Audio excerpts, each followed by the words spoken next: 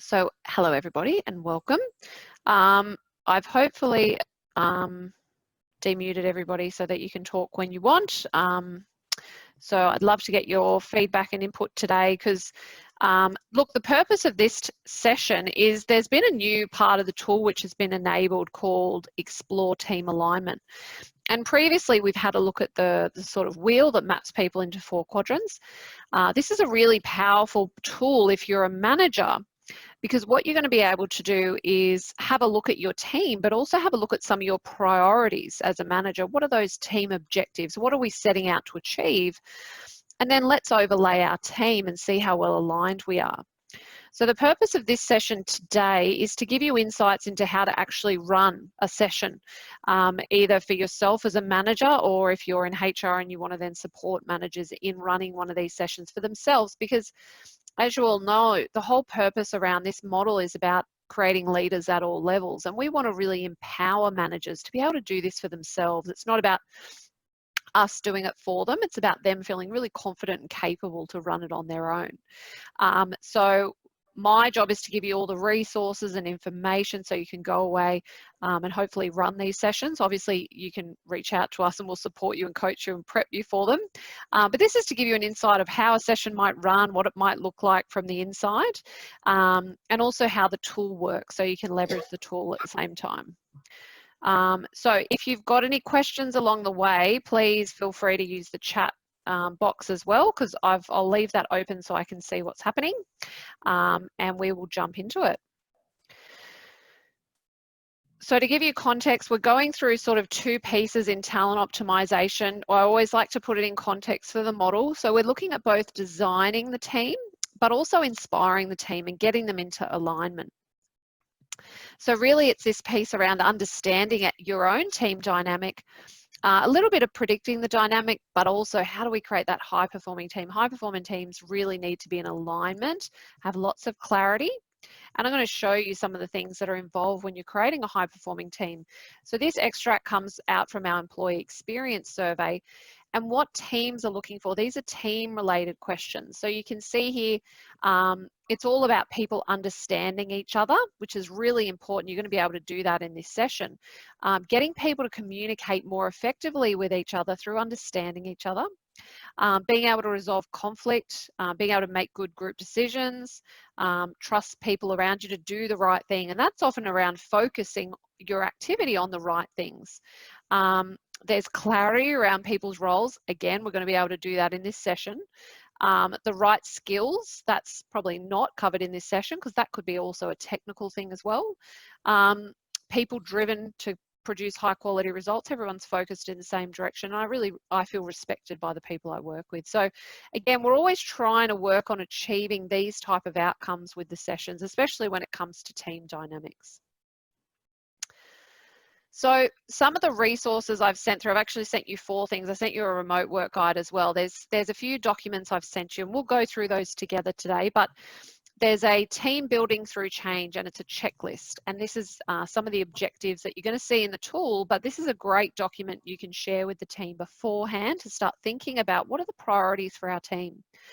There's a team resilience guide and there's a team configuration guide as well, which are really, really great resources. So we will go through those though. So again, the intent for this session is to show you how, as a manager, you would run the session. But before you run a session with your own team, we obviously want you to be a bit prepared. There's some things you've got to do beforehand. And those things are, number 1, everybody in your immediate team needs to have already had their behavioural assessment results. They need to have had a read back or someone's got to sit with them and sort of go through the results. And you've had to have had a discussion. So they really feel connected and they understand their own self-profile, which most of you will have done. The second thing is, prior to the session, is sending everybody this team building through change checklist and saying, look, we're going to talk about some of our priorities as a team. And what I'd like you to do is have a read of this checklist and select 3 things that you believe are the highest priority for our team over the next maybe 6 to 12 months, depending on how often you run these sessions. And get them to take away and do that activity. That's only going to take them probably 10 minutes of pre-work. And you might also encourage them to go back and reread their behavioural assessment. So those are the two things you're going to ask your team to do before the session.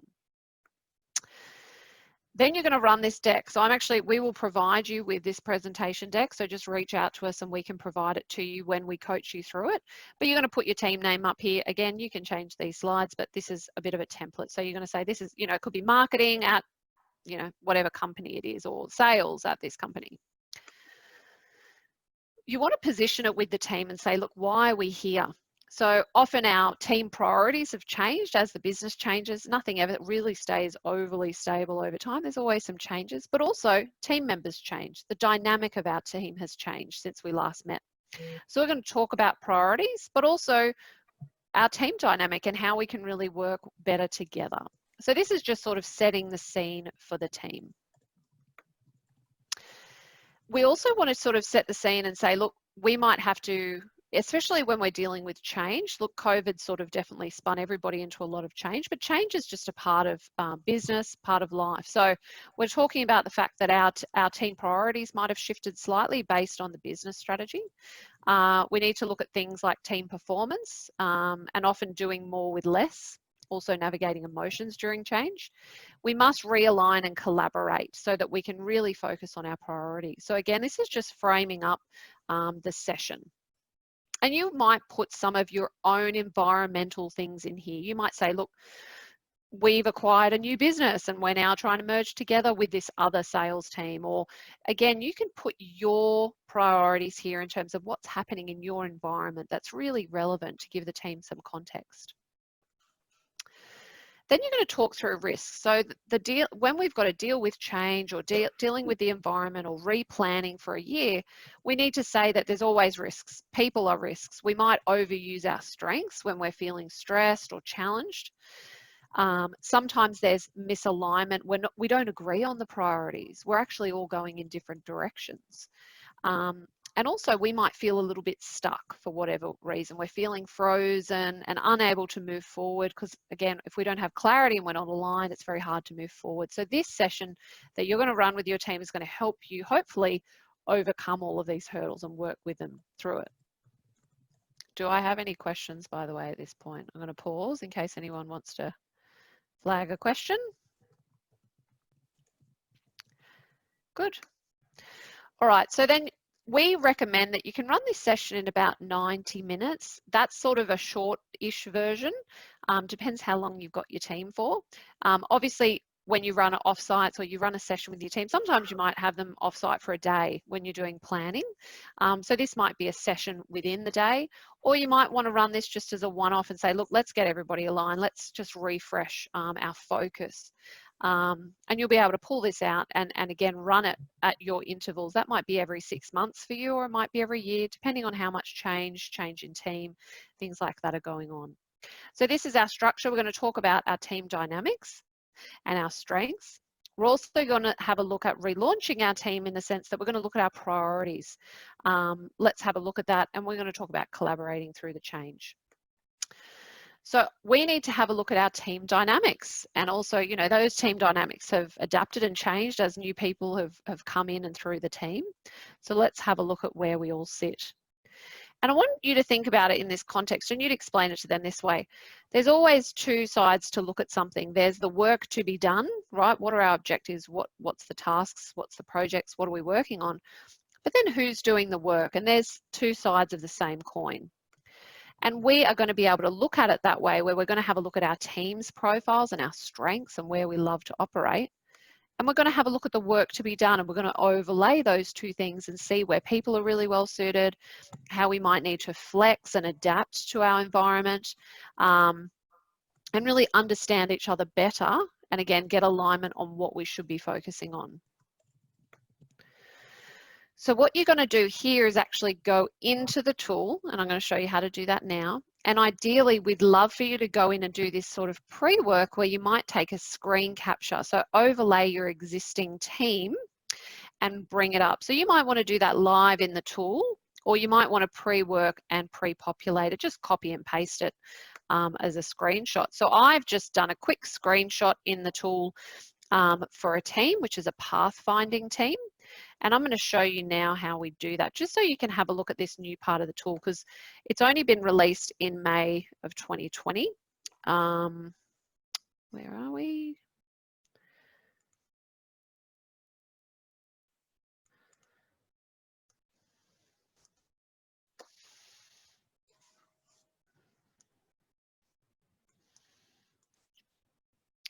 So when you're in the tool, this is where you're going to be able to find it.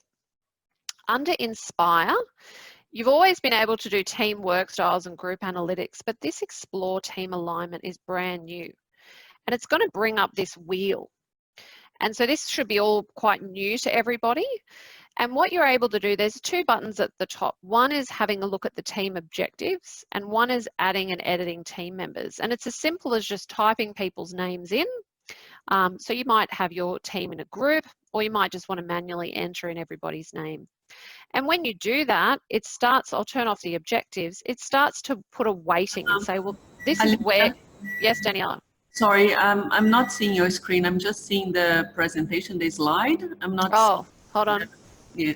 Thank you, Daniela. No worries. Is that better? Yes. Oh, thank you. Yeah. Excellent. So up here in Add Team Members, you can add in the team members just by typing in their names up here. And you click back in the screen, and now you can start to see the weighting of the team. You can see this blue outer wheel is the team and where they're balancing out. Where almost like a heat map for the team. Now, that at this point is all you're going to show the team. You're going to say, look, this is our weighting. And the team configuration up here is saying, well, you're a pathfinding team. Because of where your weighting is, the majority is on the right-hand side. And it even says learn more. So you can have a look at the pathfinding team is best described as relentless.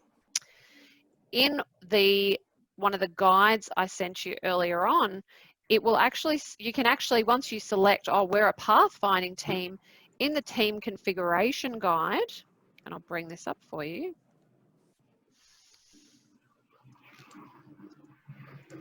You might then go, okay, great, I've had a look at my team before the session and I've found out they're a pathfinding team. I'm going to have a look at, well, what does a pathfinding team look like? Let me go down and find, here we go, pathfinding team. And you might then want to say that to the team. You might want to put that on a slide and go, okay, guys, this is our strength as a team. And often you'll find everyone sort of nodding, going, yeah, that's definitely us. We're proactive, competitive, happy to troubleshoot.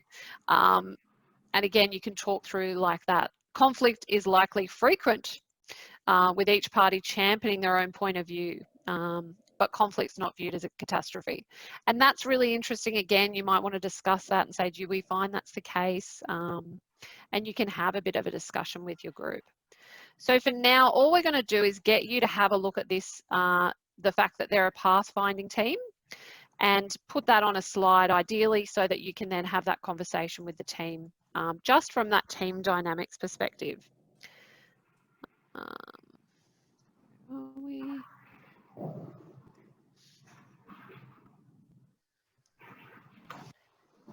So what we can then do in the tool is we can click on that button up on the left-hand side that says individual alignment. And you can then say, well, okay, now we know what the team dynamic is in the wheel. We can actually break down and have a look at each individual in the team and where your strengths are. And you can see here, I've just pulled up our team so you can have a look.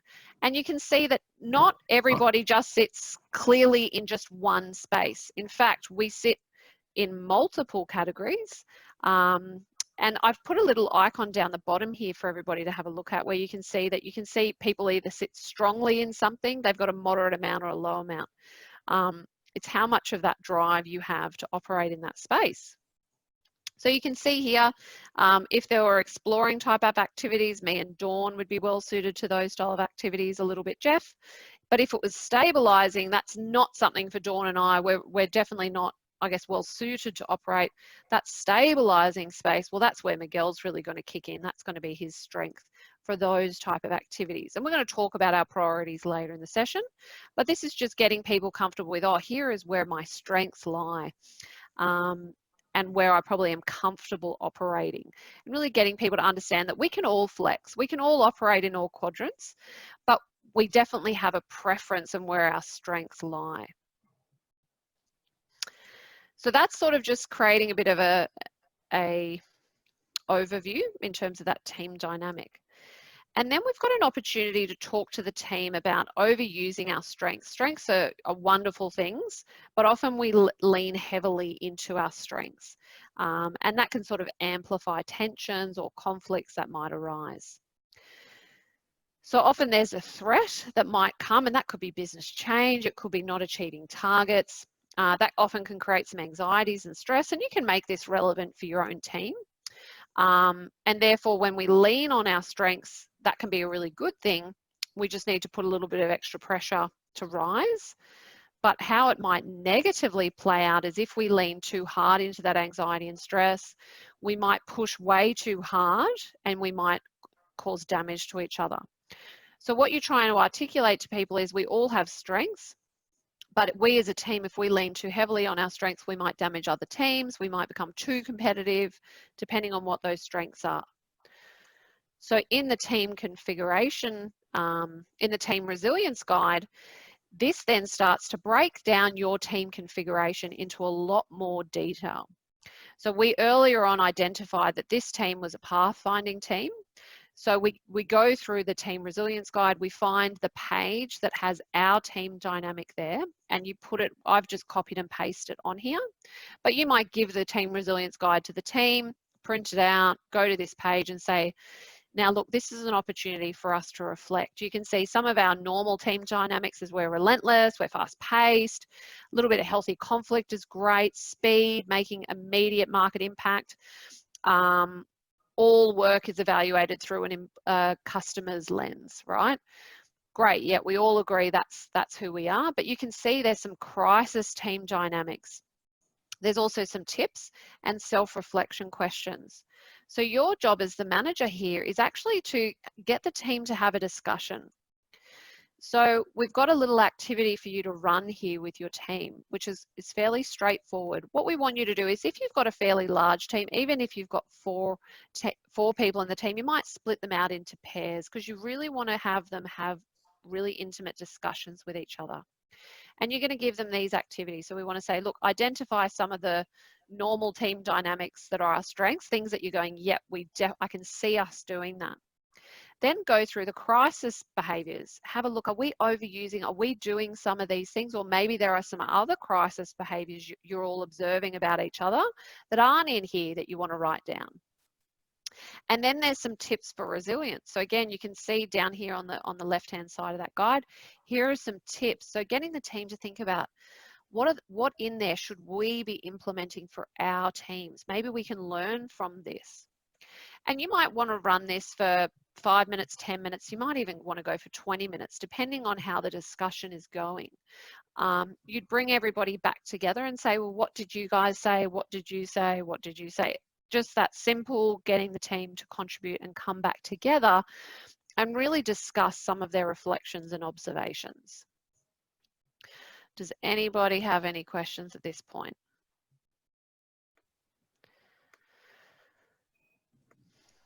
Yes, Alicia, I have a question, please.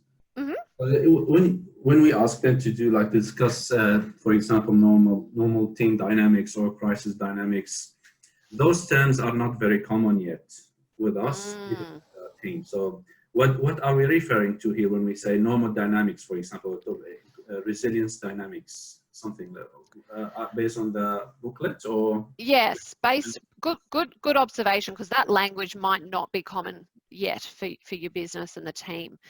It's the headings that this document have given it. You can see there under normal team dynamics, that's sort of the heading. So getting them to read that and say, well, is this normal for our team?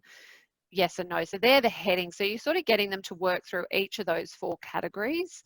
And really reflect on them, read them and say, oh, that resonates with me. You will find that they'll go, oh yeah, we're definitely doing that. Or maybe there's one on here, oh, I don't find we do that. But the other 2, we definitely are. So it's more just getting them to go through this document, this one page that's relevant for their team. Okay, thanks. when I run this session, I definitely find it really sparks lots of great conversation in the team. The great thing about this guide is you can have no PI knowledge as an employee and read this guide and really understand what it's saying, because it's using some really just straightforward language. They're not overcomplicating it. And you can see here, you know, work with other teams or individuals to help scale or automate aspects of the team's work. So there's some tips there that are fairly practical, but you as the manager might want to say, well, for us, what that might mean is, you know, in our context.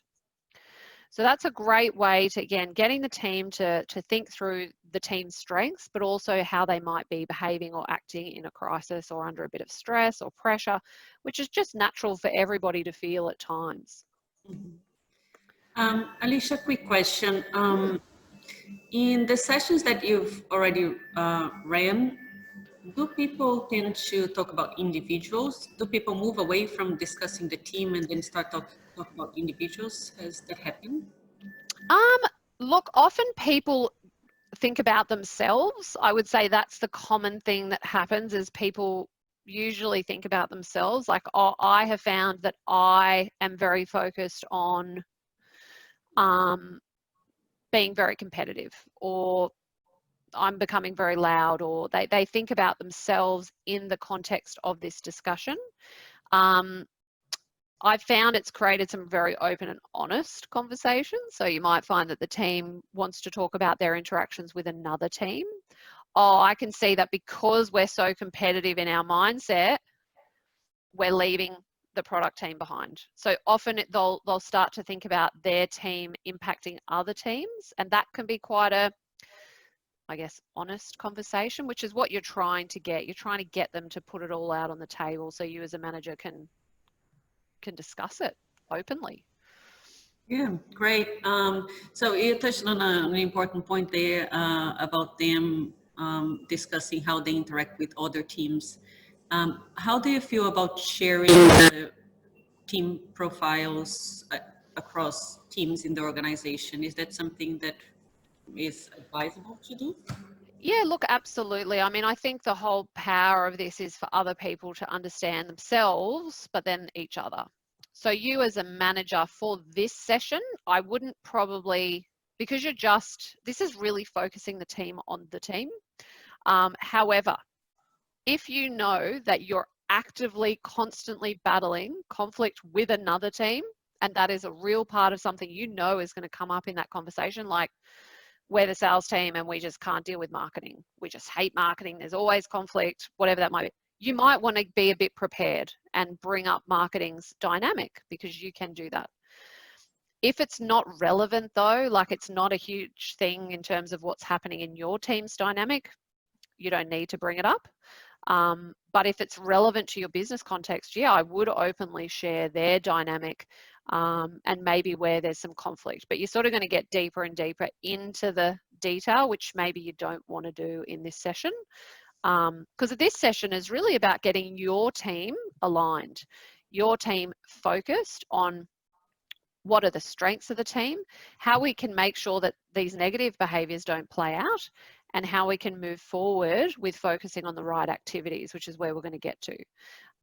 If you focus on other teams, it can be helpful if you're trying to resolve conflict, but you might go down a rabbit hole, which can also be a bit dangerous when you're trying to get the team aligned.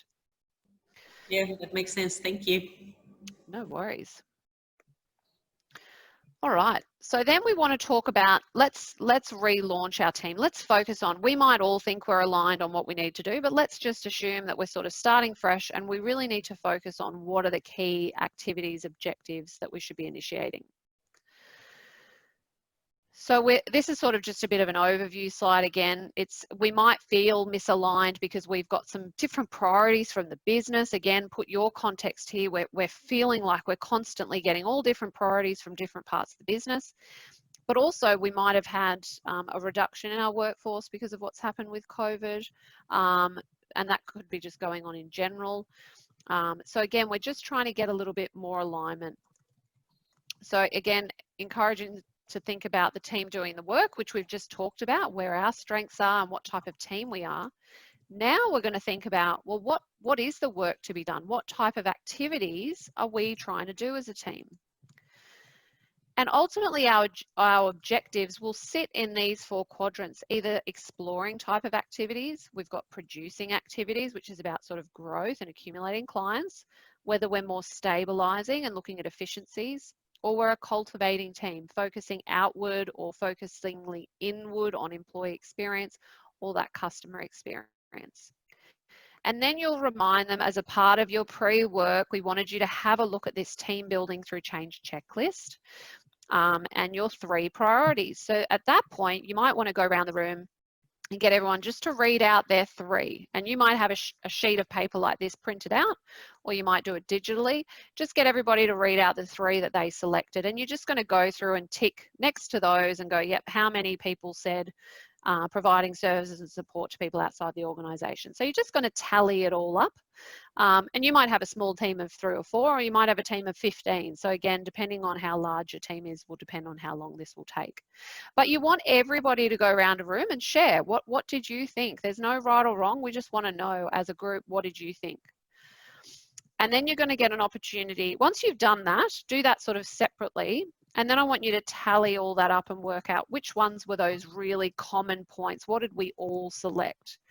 And you want to have a discussion and get everyone aligned just on this page and say, well, what are we selecting? If we're going to pick 3, maximum of 5 things, what are they? What are the 5 things as a group we all agree on that we should be focusing on as a team?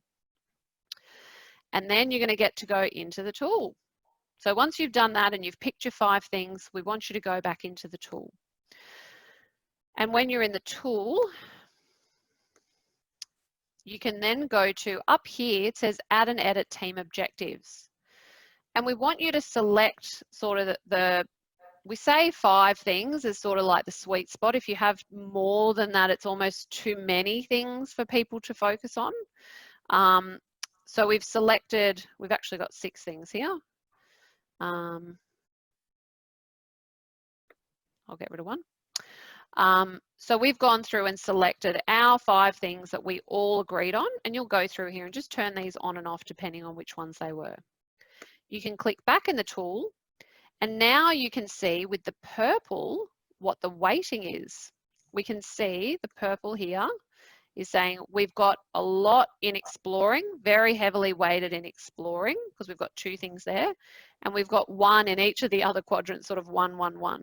What you might find with certain teams is you're going to be all on one side of the wheel, you're going to be on the top of the wheel, the bottom of the wheel, or sometimes you might be a little bit like this, there's sort of something in each quadrant.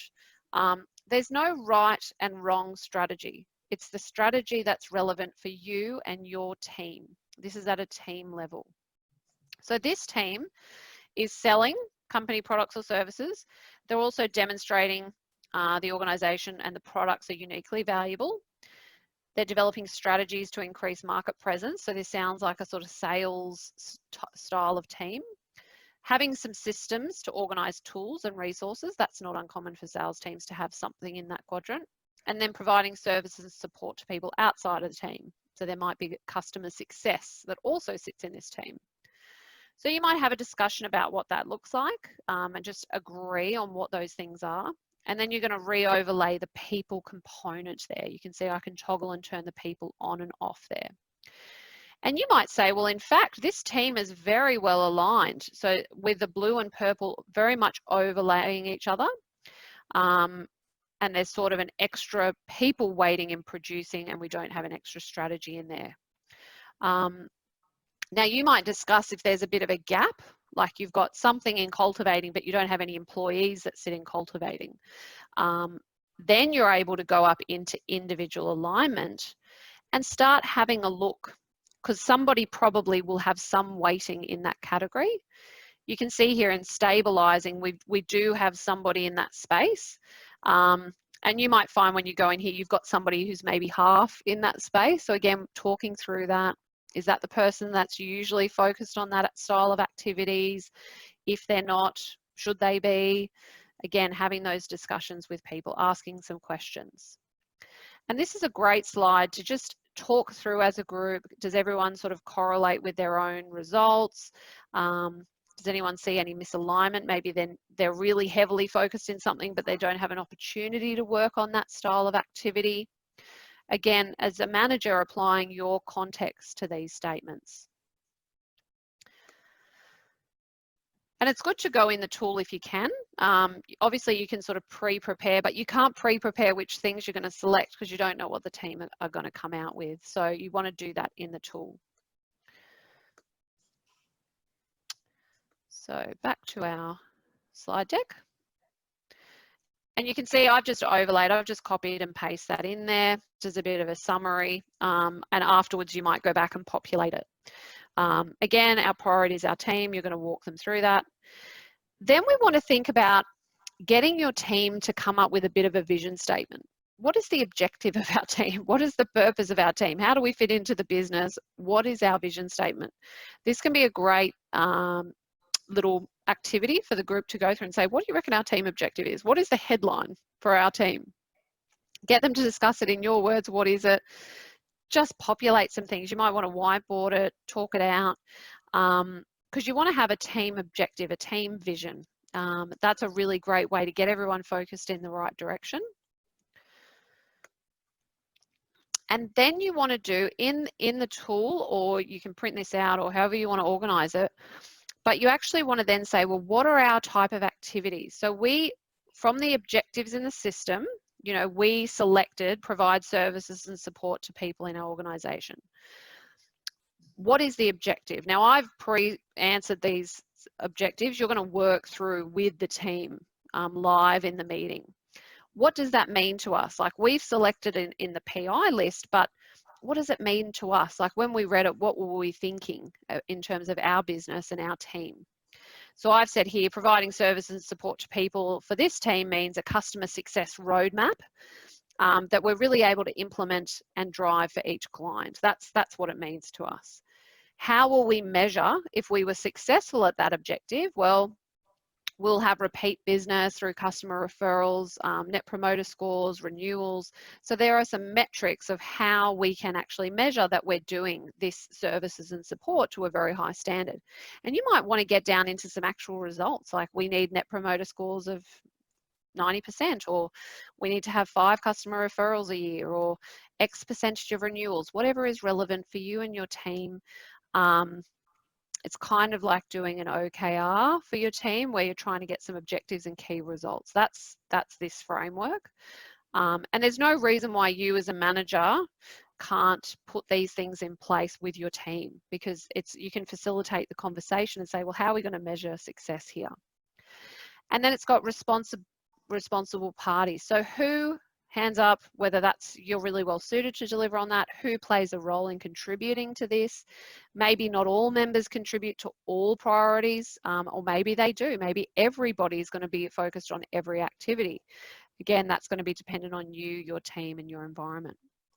But it's important that you go through and for the 5 things that you selected, that you complete this, the objective, the key results, and who's responsible. So you can come back to this in your team meetings and say, okay, guys, last month we said these are the things we're going to do. Let's have a look at our referrals, NPS scores, our renewals. Let's get an update from Jessica. How are things going, Jessica? What are we finding? If there's some projects there. Again, you can drive your team meetings through some of these objectives and bring them to the forefront of the conversation. Now, the last thing, which is sort of a free-flowing piece for you, so we recommend doing a bit of a collaboration through change, and because it's relevant right now, we're doing it in the context of remote collaboration. How do people collaborate better? Chances are you're running a remote team right now, so if you're going to run this session, you might have a remote team, and that may not change depending on what happens. So we're really trying to unfreeze your team if they're feeling a bit frozen or stuck. I love this picture of the woman with the child on her lap. That sort of represents, I think, most of us as parents. There's, you know, or just being at home in general is a lot of things going on when you're managing a remote workforce. So then there's an extra guide which you got in the email, which you might want to share it with your team, which is all about remote working. And that's a great guide that you can go through with them to say, well, what are some of the challenges? What are some tips for us? What should we implement as a group for how we can really work effectively together? What are we agreeing on in terms of how regularly we will meet? What will we discuss in those meetings? Just setting some principles and foundational rules around what's important for us as a team and how we're going to operate moving forward. Now, you might want to change this third piece to something that's relevant for you, but ultimately what you're trying to do is getting them to work better together through understanding each other and agree on the right things to move forward as a team. And that is an overview of how you would run a 90-minute session. Obviously, my job is to support you if you were going to go out and facilitate one of these. I would sit with you, we would talk through, I would prepare you, I'd go through the slides with you, but hopefully this gives you some insights, whether you're in HR or you're a manager or a leader, of how you can get your group into alignment and really take ownership over your own team dynamics and driving those conversations, which are so important to be having to really get teams aligned. If we can get that team alignment, that's our step forward to creating a high-performing team. So I'm going to leave it open to anybody if you've got any questions. I have a question here, Alicia, please. Yes, Mohammed. Is there any, like, an ideal number for the number of team members and for those sessions? And excellent. You can go up to as high as 12 people. Again, it's going to depend on whether you're running it virtually or face-to-face. If you've got a team larger than about 12, it's going to be pretty hard to run that session. It's probably good to talk to me. You know, if you're a manager of 12 people, that's a big team anyway.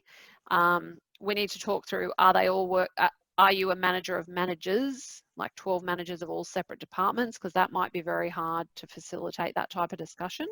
Or it could be I'm running a team of 20 developers, they're all doing the same thing. Well, that might be an easier one to run. So I think it would be dependent on context, but sort of that, you can run it as small as, you know, 3 or 4 people, all the way up to sort of that 10, 12 mark. I think you'd sort of comfortably be able to run that one. Okay. Thank you. Hi, Alicia, it's Daniela here. No, I just say it's more of a comment than a question. I think it's a great initiative. I love the tool. And I think it goes back to a discussion we had recently on how to keep the PI alive in the organization. And I think that's a great way to do it. So it will, I guess it's a good opportunity to invite people to revisit their PI profiles.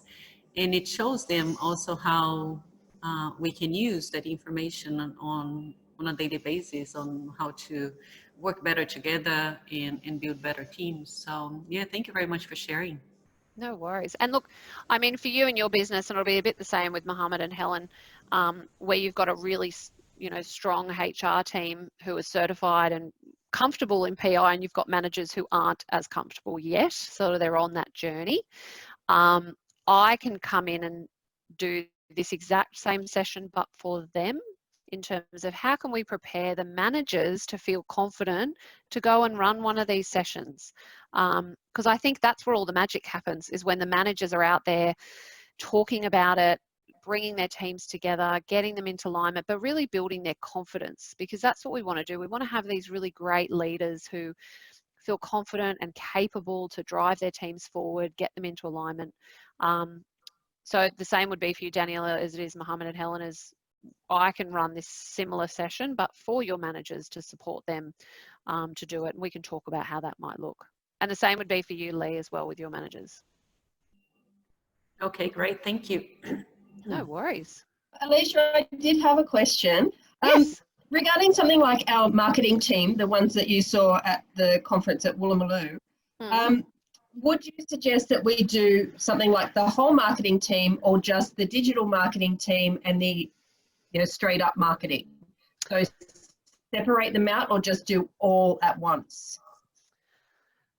Look, sort of two parts to that we'd have to explore. One is, I think it's good that they all understand each other's strengths. It is a very large team. It's about 18, isn't it? 15 altogether.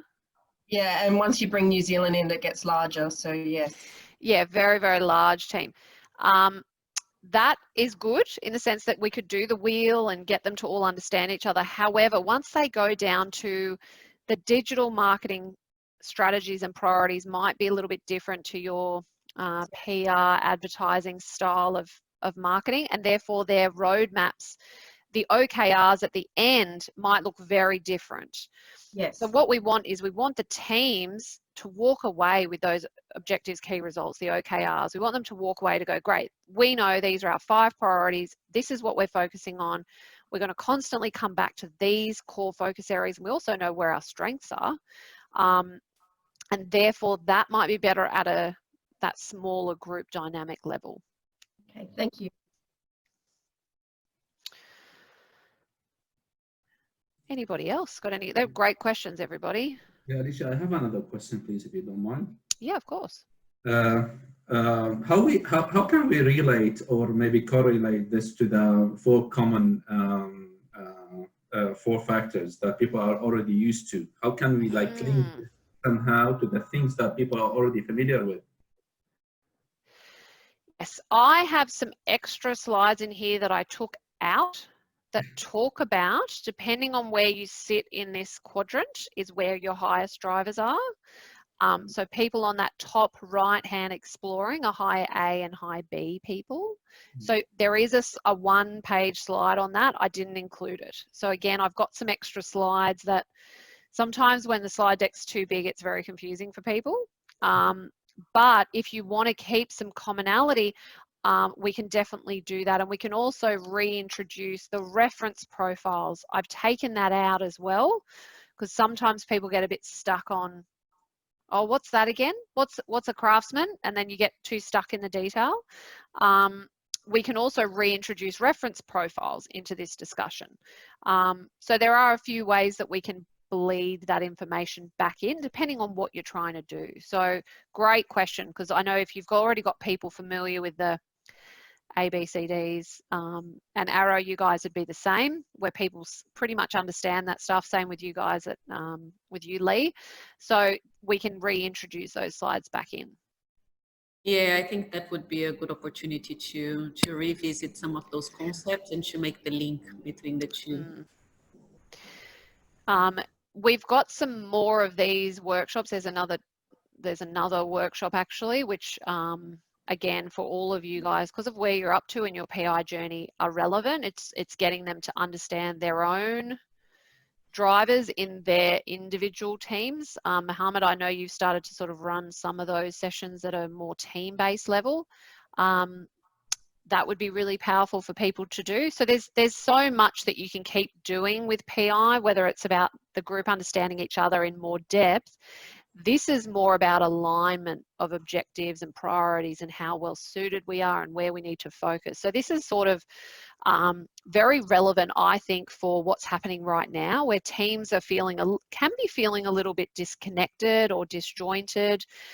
Maybe their priorities have shifted. Maybe there's lots of change happening in the business. So this is a way to sort of refocus a group during this time. There are some extra sessions that you can run, which is more about just team dynamics and understanding each other. And again, depending on what's the focus area, you can talk to me and we can look at how do we build something that's really nice and reusable for managers.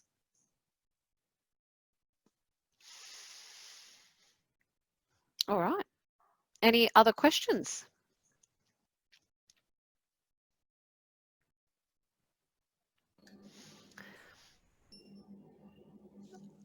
Otherwise, I'm going to give it a wrap. Yeah, thank you very much once again, Alicia. I think that's very relevant, and I think you're absolutely right that that is the right opportunity for us to refocus, the teams once they start getting back to the office. So yeah, very timely. Thank you.